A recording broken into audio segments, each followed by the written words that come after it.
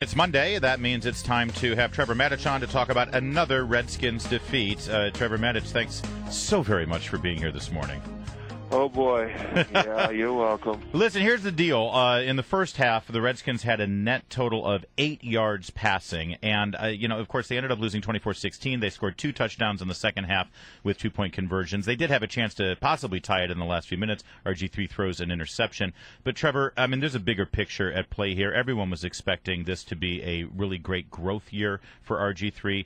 And I got to ask you, is the system in place right now keeping RG3 from developing at the level that we hoped and expected that he would? And is it now hampering his ability to be the premier quarterback that we were hoping for? Or is RG3 just not up to it?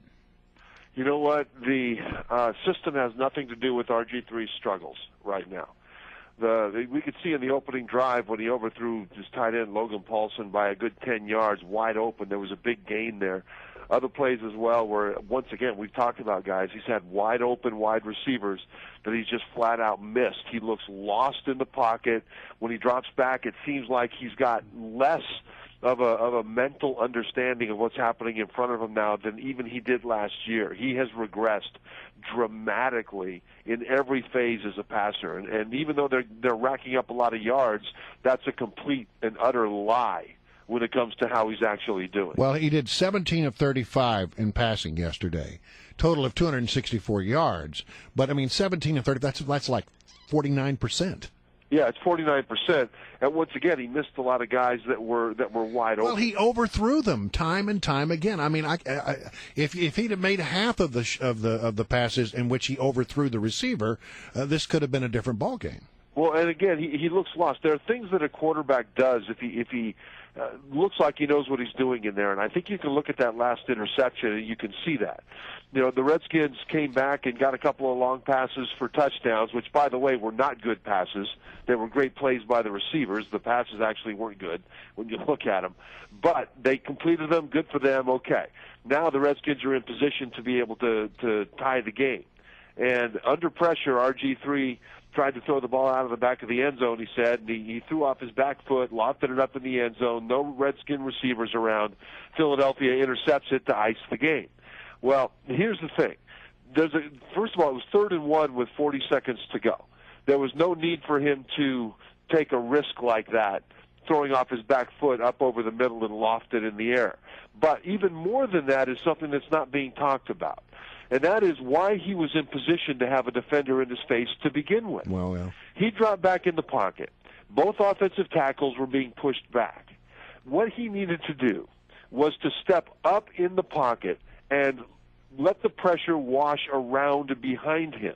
That would have put him up closer to the line of scrimmage in position to run to get the first down or to throw the ball not off his back foot, but driving into the throw like you're supposed to.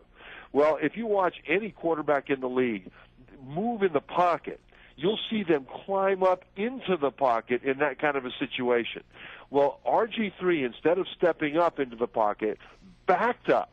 And that's why he had a defensive end in his face pressuring him instead of that defensive end being behind him and no threat.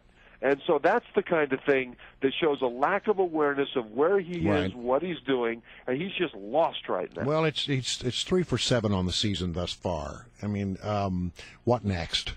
Well, Redskins next on Monday night. That's not going to be an easy game, right? The Redskins. The 49ers. 49ers, right. Yeah. No, the Redskins might not win another game. This is the kind of game that can Hold it. Just stop.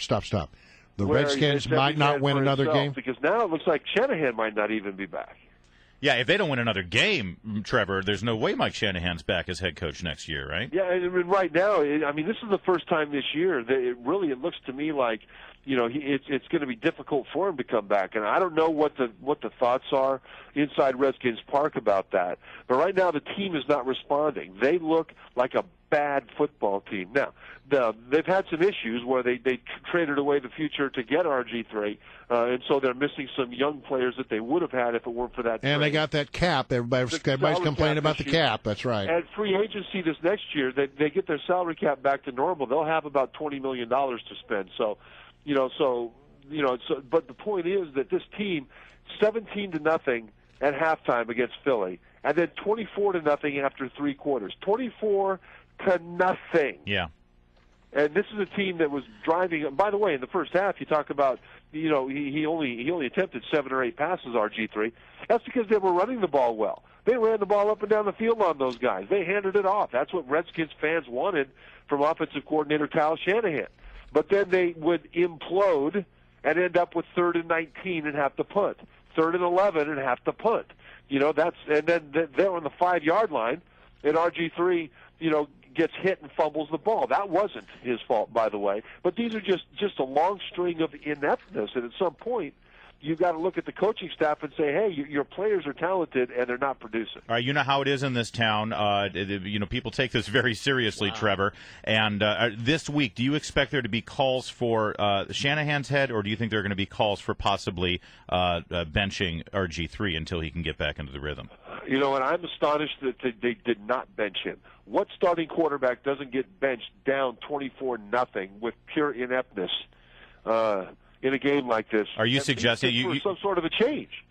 And but that's something else, though. Do you think Kirk Cousins should start the next game, Trevor? Well, he'll start the next game, and whether or not he'll get benched, I'm not sure if it happens again. But San Francisco's defense is very good. But look at it this way also. I'm not calling for the firing of Shanahan. I'm just looking at it as I see it. But also, one thing I see is that Shanahan is coaching as if he'll be here for the long term. RG3 is the future, like it or not, in terms of the struggles that he's having right now in the short term. Right.